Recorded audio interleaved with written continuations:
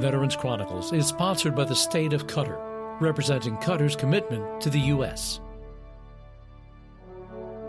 Hi, I'm Greg Corumbus. Our guest today is Theodore Below. He is a U.S. Marine Corps veteran of World War II and the Battle of Iwo Jima. And sir, thank you very much for being with us. You're welcome. Where were you born and raised, sir? I was born in Brooklyn. I was raised all over the country. My father was in show business, and so we traveled a lot. What kind of show business did he do? Almost anything that would make a buck. He sang, he told jokes, and I don't remember what else. When did you join the service? Oh, goodness. On my 18th birthday, which don't ask me when that was because I don't remember well. And why did you join the Marine Corps? Well, I lived in Brooklyn, and I kept seeing these sailors and Army guys all running around drunk, so I didn't see many drunk Marines, so I signed on the Marine Corps. What I realized later was there was no drunk Marines because there was no Marine base there. So the Marines do drink every once in a while? Oh, only once in a while. Just about every other minute they can get hold of booze. Where did you do your training, sir? Well, doggone, I can't think of the name of the base, but it was in South Carolina. Parris Island, that's it. Okay. And when were you deployed?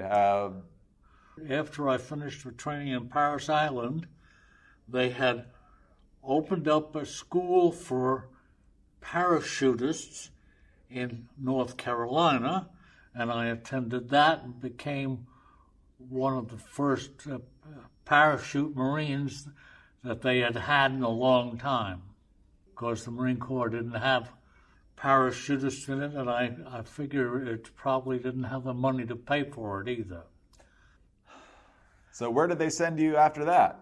Camp Lejeune, North Carolina, and from there we went to, it was in California, but I can't think of the camp's name. Probably Pendleton. Yes. Camp Pendleton? Right. Okay. I understand you were stationed on Hawaii for a while. Yes, I was. What did you do there? Learned to swim in the Hawaiian surf and to climb some of their mountains. Well, that would come in handy. Oh, yeah. And I also was in a class to become a sniper. Really? Really. What was that like? Well, it was different. Got a chance to get in a lot of different sensations, to climb up in trees and shoot at things and that kind of stuff. What do you remember about the Battle of Iwo Jima itself? Do you remember the shoreline, the Japanese resistance? Anything come to mind? Well, a lot of things come to mind, especially after listening to this stuff about Iwo Jima. We were in the first wave. We came in troop ships, and they put us in Amtraks. Amtrak is kind of like a pickup truck, but it has no wheels but paddles. And so we got lined up to come straight in toward the beach at Iwo Jima, and it happened that a couple of big Navy battleships were in our way. So we had to go in and go around them. And when we were going around them, they were firing at Iwo Jima. So it knocked us pretty close to cold because of all the noise getting those big guns fired right over our heads. We went into the beach. The Amtraks pulled up on the beach, stopped, dropped the tailgate, and we got up and went around them. And the first thing I did when I got around them, of course, was hit the deck so I wouldn't get shot at because they were shooting at us. And I looked up and a head rolled across in front of me. And it was one of my buddies. And that was my introduction to Iwo Jima. How did you keep going after that? Because that's what I was supposed to do. I had gone to different demolition school, and so I was had a lot of practice blowing things up. And one of the first things they did was to send us up on the I wouldn't even call them hills. They were little rises, and what they really were caves. And the Japs were in the cave, and it was our job to blow them up, or my job.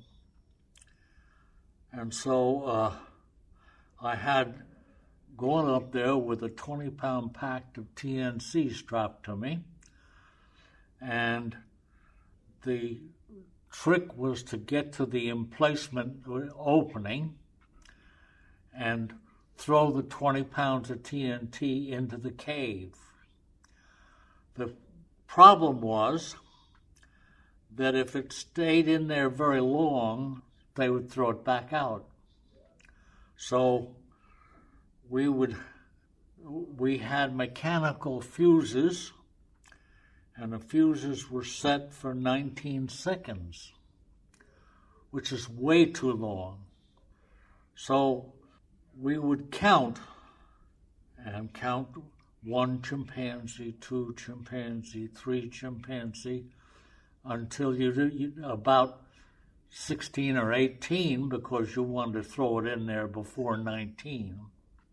And so I counted, with the first fuse, I counted to 17 chimpanzees, and that was too long. So then I counted to 19 and threw it in and fell flat on my face so that it blew over me. And that's the first thing we did at Iwo Jima, and it's the thing I remember probably the most about Iwo Jima. It was certainly different than any place I had ever been. Why? Well, for one thing, it started out after we hit the beach. Somehow the Japs stopped the Navy from shooting at us, and we were stuck on the beach. We couldn't get up. We couldn't go back to the boats. And so we were stuck on the beach for 4 days with no food and no ammunition and no water.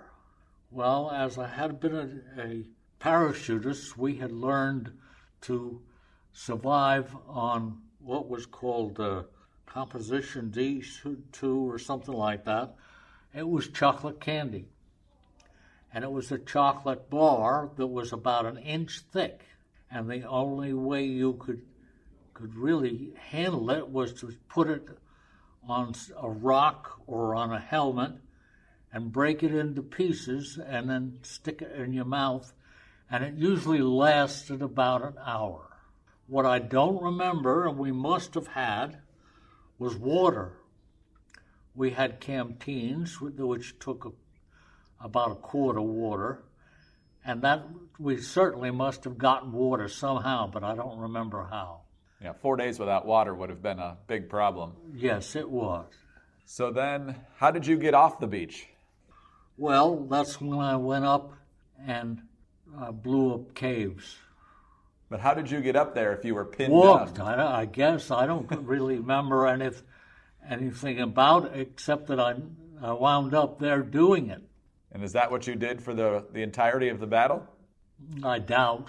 But I remember we moved up, I don't know which end it was, but it was the other end anyway, not Suribachi.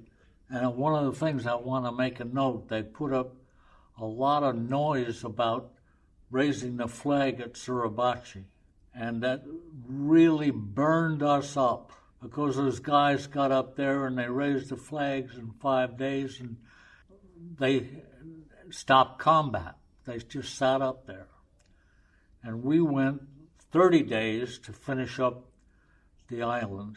And so it really got to us that they were very famous and heroes and everything, and here they didn't fight for longer than 5 days, and we did 30, or about 30. So we moved up to what I think was the north end of the island, and while we were doing it, we came across a landing strip, and a big bomber, one of ours, with the crew, landed on there. And we realized then why we were there to provide that landing strip. It was just about 100 miles from Japan. And so we knew then what the reason was for us to be up there risking our necks. And I remember going up to the end up there at the end of the runway, and one of the things I remember, we would have foxholes in the sands of Iwo Jima were fairly easy to dig in. They were coarse sand and they were black. And the way we used to work is that there'd be two guys in a foxhole, and one guy, when you went to sleep, the one guy would stay awake and be a guard, and you'd sleep for 2 hours, and then you'd switch. And I was sleeping as a demolitionist. I couldn't carry a carbine and all the junk I was carrying, so I carried a .38 revolver, which my father had sent to me, Smith & Wesson. And I used to sleep with that cocked, which is not very smart. And sometime, all of a sudden, I heard my buddy who was guarding me get up and run from the foxhole. And so I was holding the pistol on my chest, and I looked up, and I saw this Japanese Marine. And I want to make a note that although we hated Japanese Marines, they were entirely different than regular Japanese. You think of Japanese as being little people, and these guys were at least 6 feet tall, and they were very good soldiers. But anyway, I heard and saw this Marine, and I saw the glitter of a knife. And I pulled a pistol up and shot him. And he disappeared. And the morning when it got light, I got out and didn't see the body, but there were a couple of big pools of blood, so I must have hit him. And it's something I still remember, those kind of. The other thing I remember about Iwo is I was feeling pretty miserable. And in the middle of the night, I looked up at the sky, and the moon was behind clouds, and it was beautiful. And I thought to myself, well, there is still some beauty in life. And another thing that I remember is that we were in our foxholes during the day, and a couple of stretcher carriers came by me, and what is interesting is we had stretcher bearers who were going out and bringing people back in, and the only way you can do that is to stand one at each end of the stretcher and try to run for some place that where you can hide it and take care of them. And all the stretcher bearers were conscientious objectors and no regular They refused to fire guns, yes. And you know, we had nothing but respect for them. And speaking of that, I remember seeing, I think probably a couple of days later, when a stretcher came by, and the guy on the stretcher had lost an arm, and he had his artery in his teeth, trying to keep from bleeding to death. And I still can see that sometimes. So it was not a very good place. And as I said, it took about 30 days to finish Iwo Jima. And on the 29th day, I was up at the other end of the island where that was about the end of it. And I was told by a lieutenant to take a bazooka, which is basically a rocket that you shoot out of a piece of pipe, and to shoot at a 5-inch gun that was shooting at our people. And the way you did that, you'd take and put the pipe on your shoulder, and you had a helper who then shoved the rocket in there, and there were 2 wires that they connected, and once they're connected, they'd slap you on the shoulder, and that told you that if you pressed the trigger, it would fire the rocket. The problem was we hadn't learned how to handle or make bazookas that would just fire straight, and they fishtailed all over the place. So I had to fire at this 5-inch gun, and of course it didn't come anywhere near it. And when my helper had hooked it up, I told him, I said, once you get the wires hooked, we were on this, at the base of a Japanese anti-aircraft gun. And right in back of us was I think there's about a 20-foot deep ditch. So I told him, the minute you give me that hand signal, they tapped you on the back. I said, jump the hell out of here and down in the ditch. So he tapped, and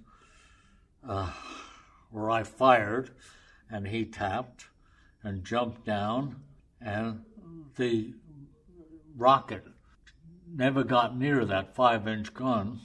And so they fired, and that anti-aircraft gun came off its mount and landed on me. And so I was lucky enough to be hauled off in a stretcher to the naval base or whatever, and I was sent off, and I spent 3 months, in 3 different Navy hospitals. And then they discharged me, and it was the end of the war. Mr. Below, we only have a couple of minutes left here. What do you think of most when you think of your service to our country, and in particular at Iwo Jima? I probably think of most is how many of our people lost their lives, or a good part of their lives, protecting our country. And I have always felt that it was well worth it, and that those guys were doing what I had done and what we should have done, because we live in a great country.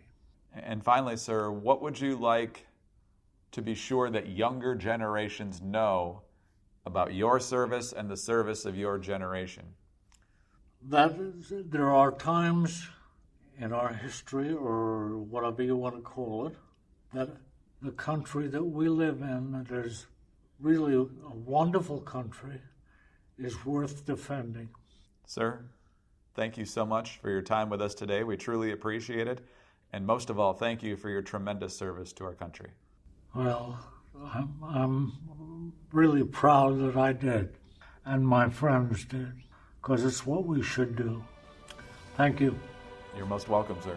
Theodore Below, U.S. Marine Corps veteran of World War II and the Battle of Iwo Jima. I'm Greg Corombos. This is Veterans Chronicles.